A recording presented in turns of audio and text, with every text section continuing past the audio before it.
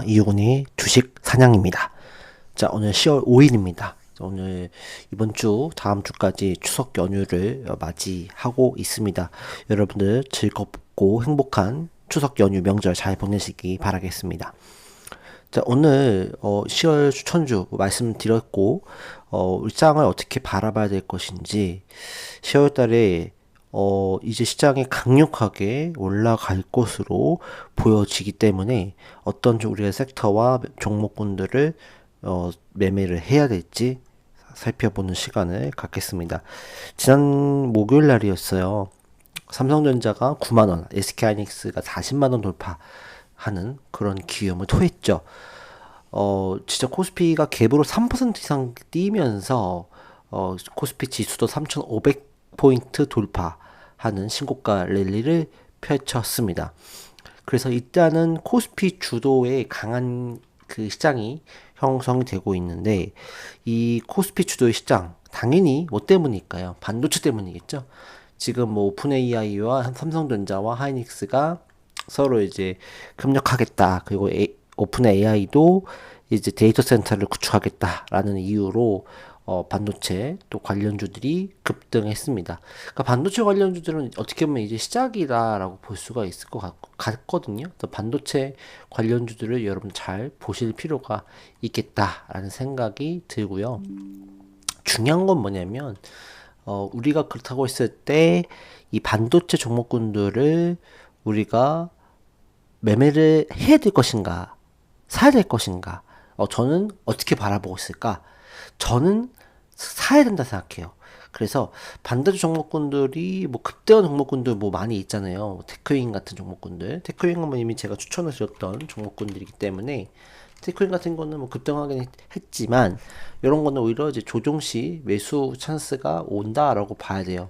그래서 요 자리에서 따라붙기는 좀 쉽지는 않아요. 그러니까 여기서 추가적인 랠리가 나올 수 있다고 저는 보거든요. 근데 여기서 추가적인 랠리가 나오더라도 우리가 차라리 좀 떨어졌을 때 관심을 갖는 게 낫다. 그래서 그거 대체로 할 수 있는 뭐 다른 종목군들 제가 많이 말씀드렸죠. YC라든지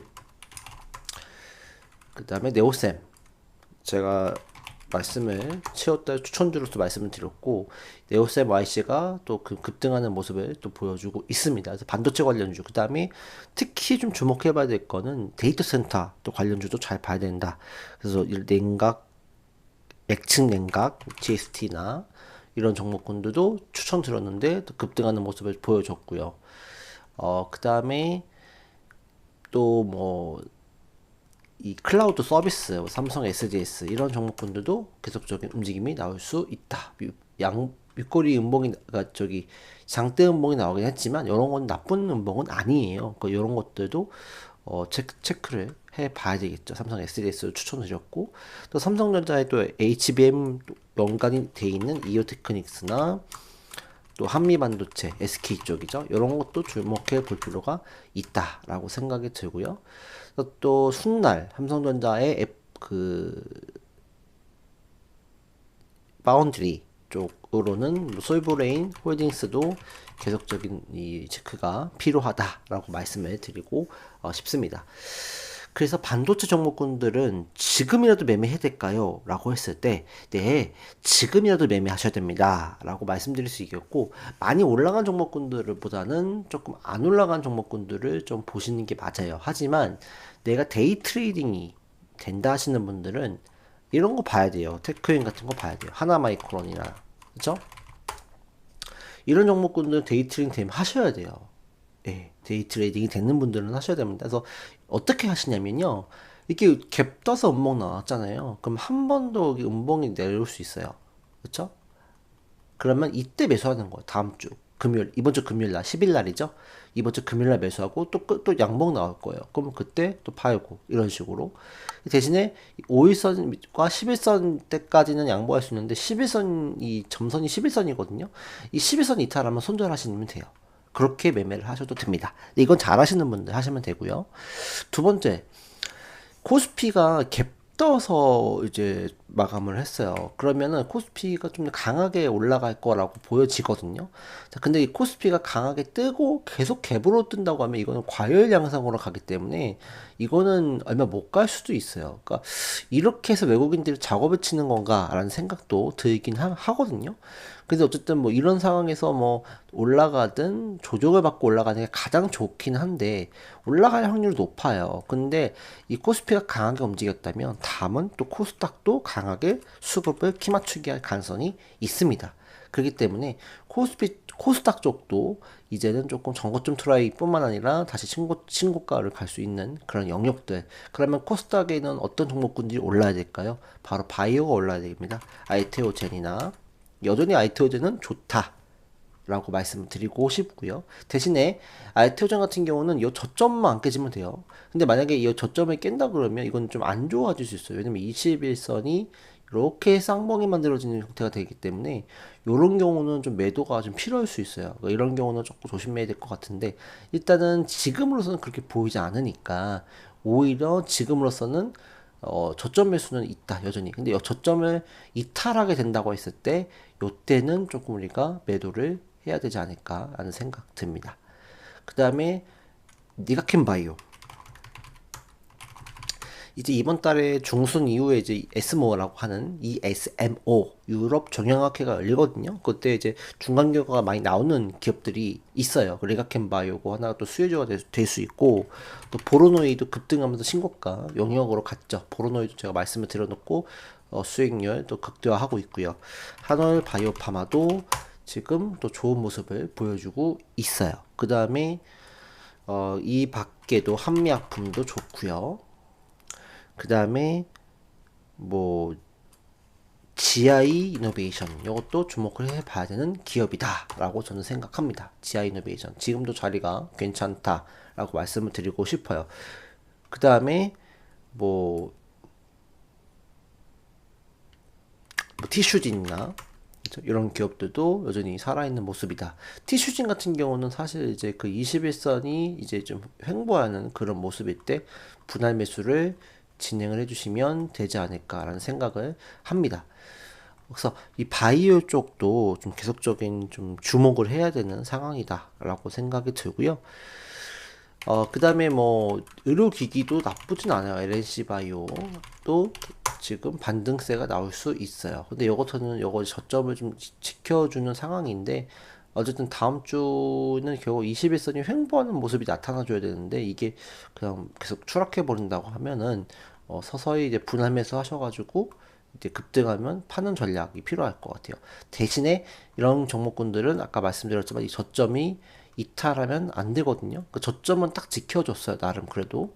근데 이 다음에 이 장이 열리고 나서 한 번 더 밑에 내린다 그러면 조금 이거는 리스크 관리가 필요할 수는 있어요. 하지만 반등은 충분히 나올 수 있기 때문에 반등 시 여러분들이 탈출하는 전략을 쓰면 된다. 그 다음 바이오 말고 또 뭐가 있죠? 로봇 관련주도 좀 주목해야 되죠. 반도체 소부장은 당연한 거고요. 뭐 로보티즈나 또 하이제나 NM 이런 것들도 조정시 매수가 가능한 상황입니다. 이런 것도 주목을 해봐야 될 것 같고요.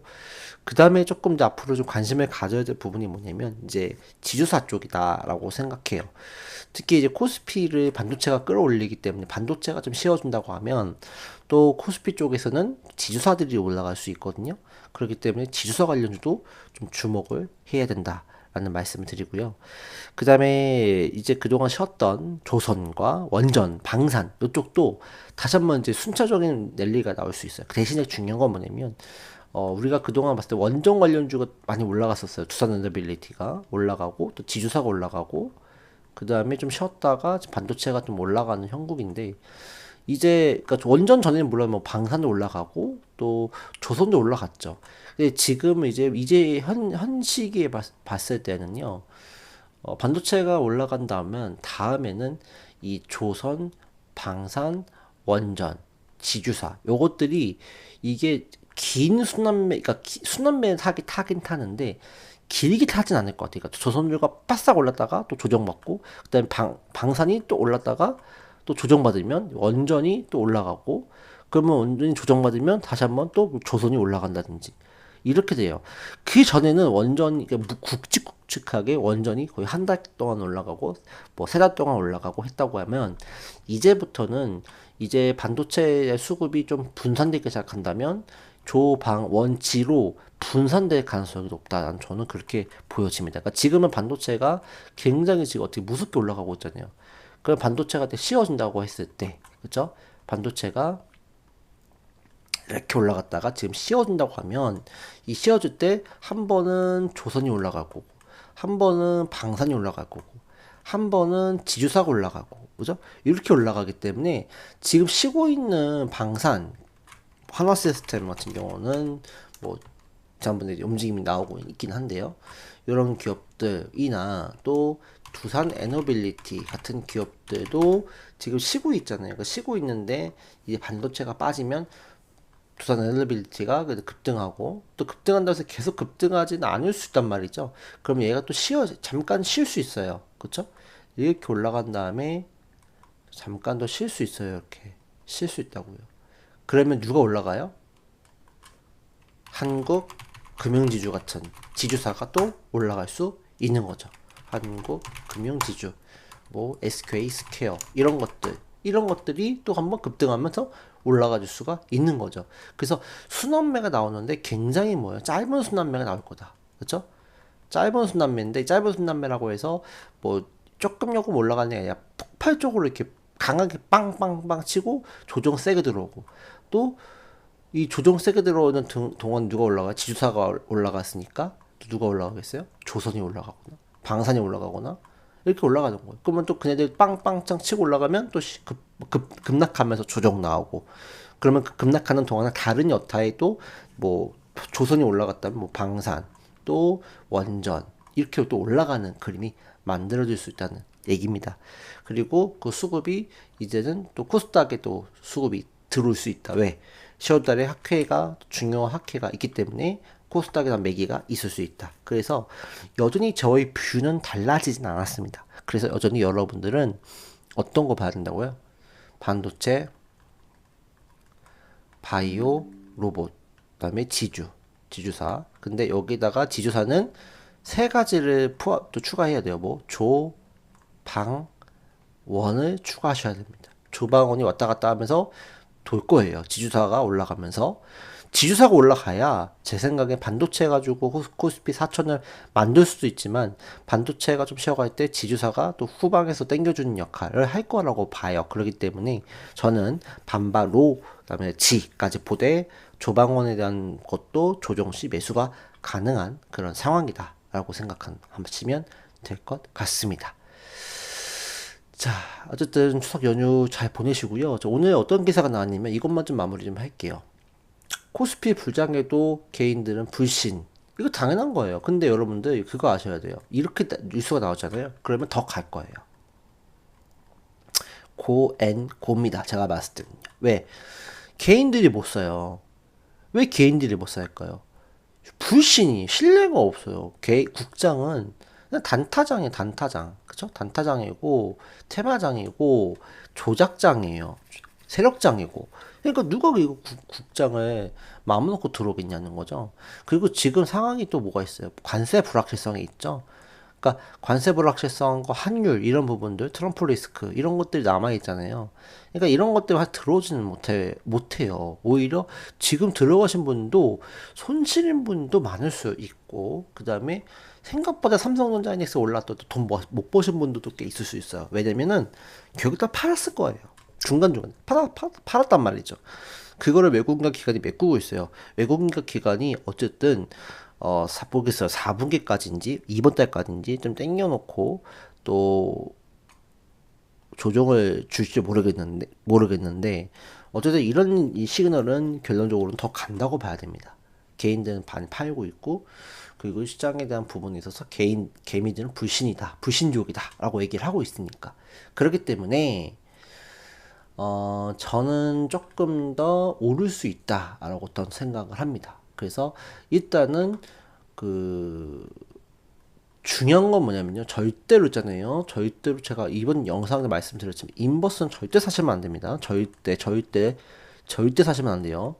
오히려 지금은 레버리지장이지 인버스 투자는 아니에요. 인버스 투자 한다 하신다고 하는 거는 올라가고 나서 좀 이렇게 막 횡보할 때 있잖아요. 이럴 때 차라리 이때는 고민해 볼 수 있어요. 지금은 뭐예요? 신고가를 가는 상황인데 여기서 인버스 한다는 거는 자산을 날리겠다는 얘기입니다. 그래서 절대 인버스는 하지 마시고 오히려 이런 횡보가 왔을 때 한번 그때 고민을 해보자는 거. 아직까지 인버스 시그널은 나오지 않았어요. 못해도 4,000포인트까지는 한번 올라가 줄 수 있다라고 생각해요.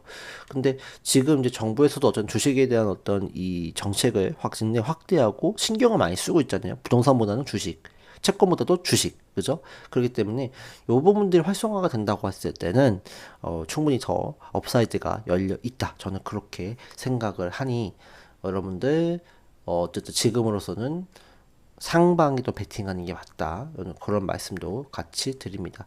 어쨌든 여러분들 오늘도 시청해 주셔서 감사드리고 여전히 시장은 상방 베팅의 원리는 걸어야 된다라는 말씀을 드리면서 방송 마치도록 하겠습니다.